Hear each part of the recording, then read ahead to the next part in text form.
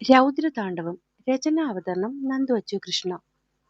Phone cut ചെയ്ത് Hari blazer ഊരി സീറ്റിന് പിന്നിലേക്ക് വിടർത്തിയിട്ടു. കഴുത്തിലിട്ടിരുന്ന ടൈ താഴേക്ക് വലിച്ചു താഴ്ത്തി കോളർ ബട്ടണും അതിന് താഴെയുള്ള ബട്ടണും ഊരി ഷർട്ട് അല്പം വിടർത്തിയിട്ട് ആകെ അക്ഷമനായി. ടൈ ചെയ്തിരുന്ന റിസ്റ്റ് ബട്ടൺ അയച്ച് അങ്ങനെയേ മുകളിലേക്ക് തെരുത്ത് കയറ്റി റിലാക്സ് ആവാൻ ശ്രമിച്ചുകൊണ്ട് അവൻ അങ്ങോട്ടും ഇങ്ങോട്ടും നടക്കാൻ തുടങ്ങി. ഇതിനിടയിൽ ഒന്ന് രണ്ട് വട്ടം ഡ്രോയറിൽ കിടക്കുന്ന മാൽബറയിലോട്ട് കൈ പോയെങ്കിലും ഓഫീസ് ടൈമിൽ സ്മോക്ക് ചെയ്യില്ല എന്നുള്ള തീരുമാനം മാറ്റാൻ പറ്റാത്തതുകൊണ്ട് മാത്രം അവൻ 3 തവണയും എടുത്തിട്ട് അത് തിരിച്ച് ഡ്രോയറിലേക്ക് തന്നെ ഇട്ടു. അവർ പോയിട്ട് നിമിഷങ്ങൾ മാത്രമേ കടന്നുപോയിട്ടുള്ളൂ എങ്കിലും മണിക്കൂറുകളുടെ വ്യാപ്തി തോന്നിയവൻ പിന്നെയും ഇന്റർകോം കയ്യിലെടുത്തു. വിളിച്ചപ്പോൾ എടുത്തത് വിനോദാണ്. സർ, സാറിന് ക്ലയന്റ് ഉണ്ടെന്ന് പറഞ്ഞതുകൊണ്ടാണ് ഞങ്ങളാരും വരാതിരുന്നത്. ഇപ്പൊ തന്നെ വരാം. മീറ്റിംഗിന് വേണ്ടിയാണ് അവൻ വിളിക്കുന്നതെന്ന് കരുതി ഹരിയുടെ ശബ്ദം കേട്ടപ്പോഴേ വിനോദ് അങ്ങോട്ട് കയറി സംസാരിച്ചു. മീറ്റിംഗ് പിന്നെ മതി വിനോദ്. തന്റെ കൊളീഗ് എവിടെ? ഉത്തരയാണോ സർ? അതെ, ഉത്തരയാണ്. സിദ്ധിദാത്രി എന്ന പോലെ തന്നെ അവൾക്ക് വേണ്ടി സംസാരിച്ച ഉത്തരയുടെ പേരും ഹരിക്ക് ഹൃദയസ്ഥമായിരുന്നു. അപ്പോഴേക്കും അവൾ അല്പം മുന്നേ വരെ ഇവിടെ ഉണ്ടായിരുന്നു. ഏതോ ഫോൺ കോൾ വന്നിട്ട് ഇപ്പോഴാണ് പുറത്തേക്കിറങ്ങിയത്. ആ മൂളൽ തീരും മുന്നേ തന്നെ അവന്റെ ക്യാബിന്റെ ഡോറ് ആരോ നോക്ക് ചെയ്തിരുന്നു.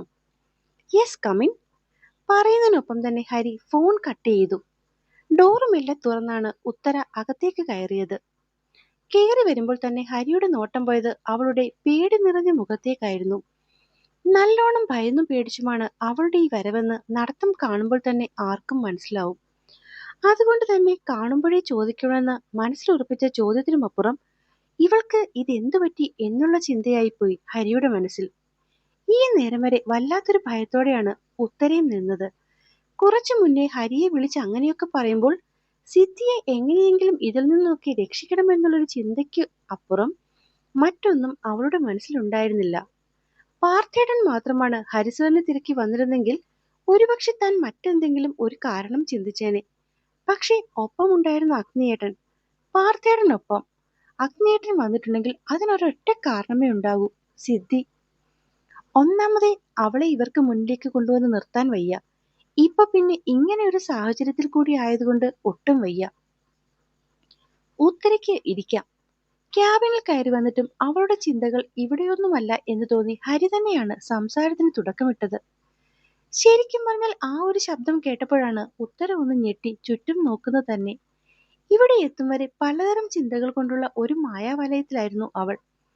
ഒരു ദീർഘനിശ്വാസത്തോടെ അവൾ ഹരിയെ നോക്കിയതും പിന്നെയും ഞെട്ടി. ഇവിടെ വന്ന് ആദ്യം കണ്ട നേരം മുതലേ എപ്പോഴും ഒരു ബിസിനസ്മാന്റെ രീതിയിൽ മാത്രമേ അവനെ കണ്ടിട്ടുള്ളൂ. Top to bottom tip top.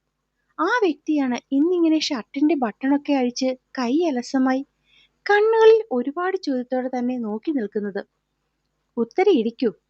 പ്രതീക്ഷിച്ച പോലെ ഒച്ചപ്പാടോ ബഹളമോ ഒന്നുമില്ലാതെ തീർത്തും സമാധാനത്തോടെയായിരുന്നു അവന്റെ വാക്കുകൾ അത്രയും. ഇനിയിപ്പോ അവര് വന്നത് സിദ്ധിയെ തിരക്കാനാവില്ലേ? ഇവിടേക്ക് വന്നവര് വേറെ എന്തെങ്കിലും ആകുമോ സംസാരിച്ചിട്ടുണ്ടാവുക? അങ്ങനെയാണെങ്കിൽ സാർ ഇത്രയും ടെൻഷനായിട്ട് കാണില്ലല്ലോ. എന്താവും ഇവിടെ സംഭവിച്ചിട്ടുണ്ടാവുക? ഉത്തരയുടെ മനസ്സ് പിന്നെയും പല ചോദ്യങ്ങളിൽ കുരുങ്ങാൻ തുടങ്ങി. സിദ്ധിദാത്രി ജോർജ് സാറിന്റെ കൂടെ പുറത്തുപോയതാണ് അല്ലേ? ഈ പറയുന്ന സിദ്ധിദാത്രിക്ക് വൈകുണ്ഠം കൺസ്ട്രക്ഷൻസുമായിട്ട് എന്താണ് ബന്ധം? ഒരു മുഖവുരയും കൂടാതെയാണ് ഹരി ആ ചോദ്യം ചോദിച്ചത്. യെസ്, അപ്പൊ അവർ വന്നത് സിദ്ധിക്ക് വേണ്ടി തന്നെ. ഒരുപാട് ചോദ്യങ്ങളിൽ ഒന്നിന് ഉത്തരം കിട്ടിയ പോലെ അവൾ അവനെ നോക്കി. ഉത്തര മറുപടി പറഞ്ഞില്ല. ഇന്ന് വന്നവരെ ഉത്തരയ്ക്ക് നേരത്തെ അറിയാമോ? അവൾ അറിയാമെന്ന രീതിയിൽ തലയാട്ടി. സിദ്ധിക്കോ? അവൾക്കും അറിയാം. അത് കേൾക്കെ ഹരി ഒന്ന് നിശ്വസിച്ചു. എന്നിട്ടാണോ അവരിവിടെ വന്നപ്പോൾ തന്നെ താൻ ഫോൺ വിളിച്ച് സിദ്ധിയെപ്പറ്റി ഒരു കാര്യവും അവരോട് പറയരുത് എന്ന് പറഞ്ഞത്? അവനിൽ നിന്നും പ്രതീക്ഷിച്ച ചോദ്യം ഇതാണ്. പക്ഷേ ഇതിന് എന്ത് മറുപടിയാവും താൻ പറയുക? നോക്കൂ ഉത്തര, താൻ എന്നോട് സത്യമായി പറഞ്ഞേ പറ്റൂ. കാരണം അവരിവിടെ വന്നത് പോലും സിദ്ധിദാത്രിയെ പറ്റി കുറെ കാര്യങ്ങൾ പറയാൻ വേണ്ടിട്ട് മാത്രമാണ്. പറയാൻ വേണ്ടിട്ടോ?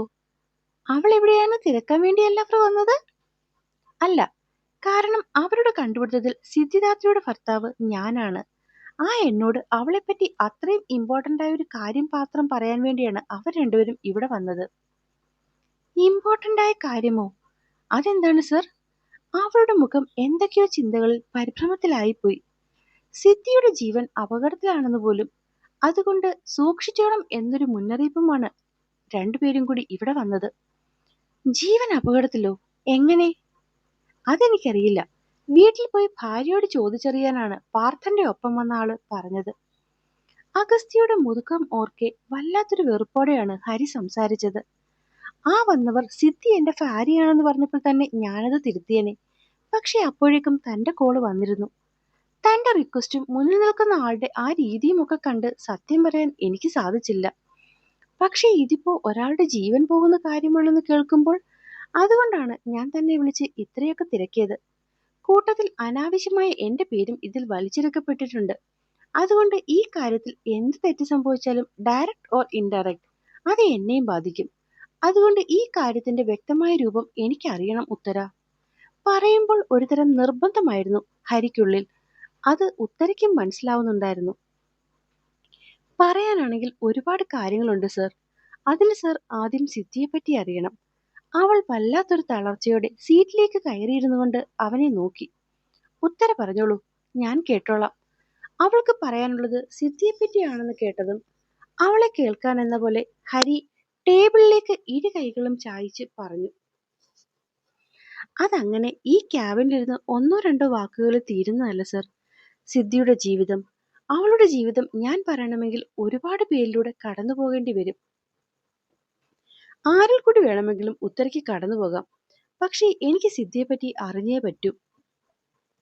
പറയാം. അതിനു മുന്നേ സാർ എനിക്കൊരു വാക്ക് തരണം. പറഞ്ഞ ഉത്തര.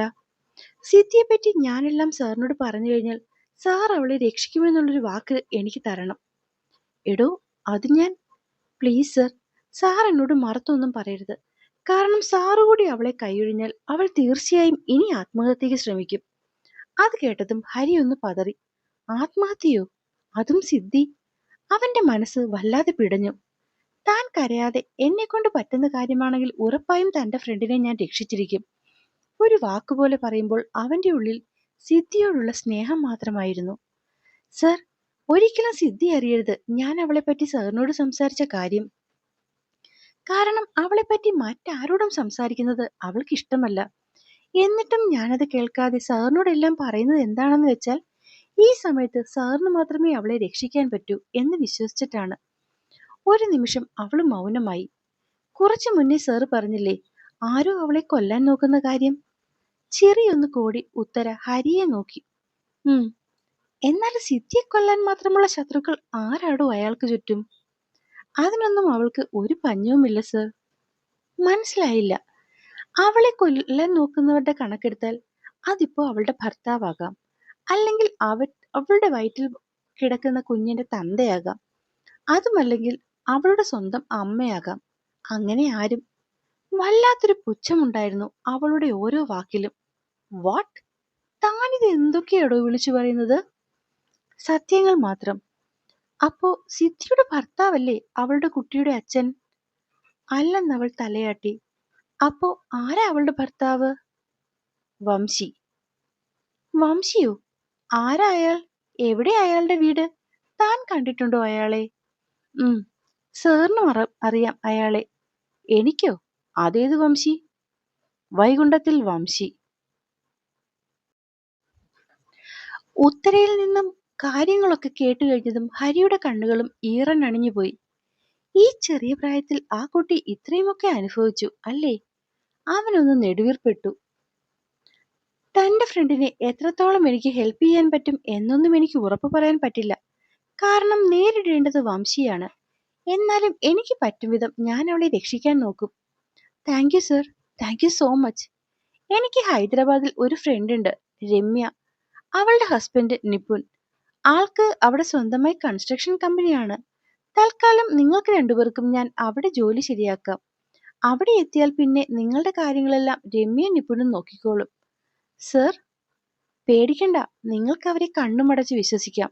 They are ട്രസ്റ്റ്വർത്തീസ്. ഹരി ഉറപ്പിച്ചു പറയുമ്പോൾ ആ വാക്കുകളിൽ ആ നിമിഷം ഉത്തരയും ഉറച്ചു വിശ്വസിച്ചു. സിദ്ധി മുന്നിലേക്ക് നടക്കുന്നവളെ ഒരിക്കൽ കൂടി കയ്യിൽ പിടിച്ചു നിർത്തി ഉത്തര. നീ ശരിക്കും ഉറപ്പിച്ചിട്ടല്ലേ? നിനക്കതിന് ഇതിലെവിടെയെങ്കിലും തമാശ തോന്നുന്നുണ്ടോ ഉത്തരെ? വല്ലാത്തൊരു നിസ്സഹായതയോടെയായിരുന്നു അവളുടെ ശബ്ദത്തിലും ചോദ്യത്തിലും. അവളുടെ ആ ചോദ്യം കേട്ടതും ഉത്തര കൈ അയച്ച് സിദ്ധിയെ നോക്കി. എന്തിനാടി ഇത്രയും സങ്കടം? നീയല്ലേ എന്റെ ബലം. തന്നെ നോക്കി കരയുന്നവളെ സിദ്ധി കെട്ടിപ്പിടിച്ച് ആശ്വസിപ്പിക്കുന്ന പോലെ പറഞ്ഞു. ഇത്രയുമൊക്കെ സങ്കടം അനുഭവിക്കാൻ മാത്രം നീ എന്ത് പാപവാടി ചെയ്തത്? എന്റെ വിച്ചേട്ടനെ ഞാൻ ചതിച്ചു. പ്രാണൻ പകത്തു നൽകി എന്നെ സ്നേഹിച്ച ആളല്ലേ, ആ ആളെ അല്ലേടി ഞാൻ ഹൃദയം പൊട്ടി കരയിച്ചത്. അപ്പൊ പിന്നെ ഇതൊന്നും ഞാൻ അനുഭവിച്ചാൽ പോരാ ഉത്തരെ, ഇതിലും കൂടുതൽ ഞാൻ അനുഭവിക്കാൻ കിടക്കുന്നു. സ്വയം പഴി പറഞ്ഞവൾ ഉത്തരയെ നോക്കി. അവൾ പറയുന്നതെല്ലാം സത്യമാണെന്ന് അറിയാവുന്നത് കൊണ്ട് മാത്രം ഉത്തര ആ നിമിഷത്തിൽ മൗനത്തെ മാത്രം കൂട്ടുപിടിച്ചു. എന്തൊക്കെയോ ഓർമ്മകളിൽ സിദ്ധി പിന്നെയും ഉഴലുന്നു എന്ന് കണ്ടതും ഉത്തര അവളുടെ തോളിൽ പിടിച്ച് തനിക്ക് നേരെ തിരിച്ചു. നീ ഇങ്ങനെ വിഷമിക്കാതെ, ഇന്നൊരു ദിവസത്തെ കാര്യമല്ലേ ഉള്ളൂ. നാളെ നമ്മൾ ഈ സമയത്ത് ഹൈദരാബാദിലുള്ള അവരുടെ ഫ്ലാറ്റിലായിരിക്കും. എന്തോ ഓർത്ത പോലെ സിദ്ധി ഉത്തരയെ നോക്കി. ഹരിസാർ, ഹരിസാറിനോട് നീ പറഞ്ഞോ എല്ലാം? അവളുടെ ചോദ്യത്തിൽ ഉത്തരയൊന്ന് പതറി. പറയടി, നീ എന്താ സാറിനോട് പറഞ്ഞതെന്ന്?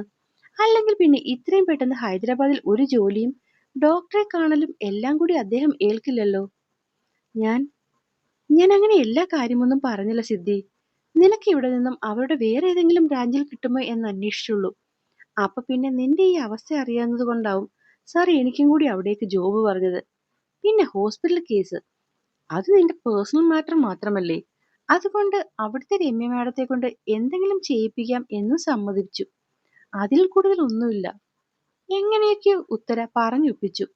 ഒപ്പം പറയുന്ന കള്ളം സത്യമാണെന്ന് വെച്ചുകൊണ്ടുള്ള അവളുടെ ഭാവത്തിൽ സിദ്ധി വീഴുകയും ചെയ്തു.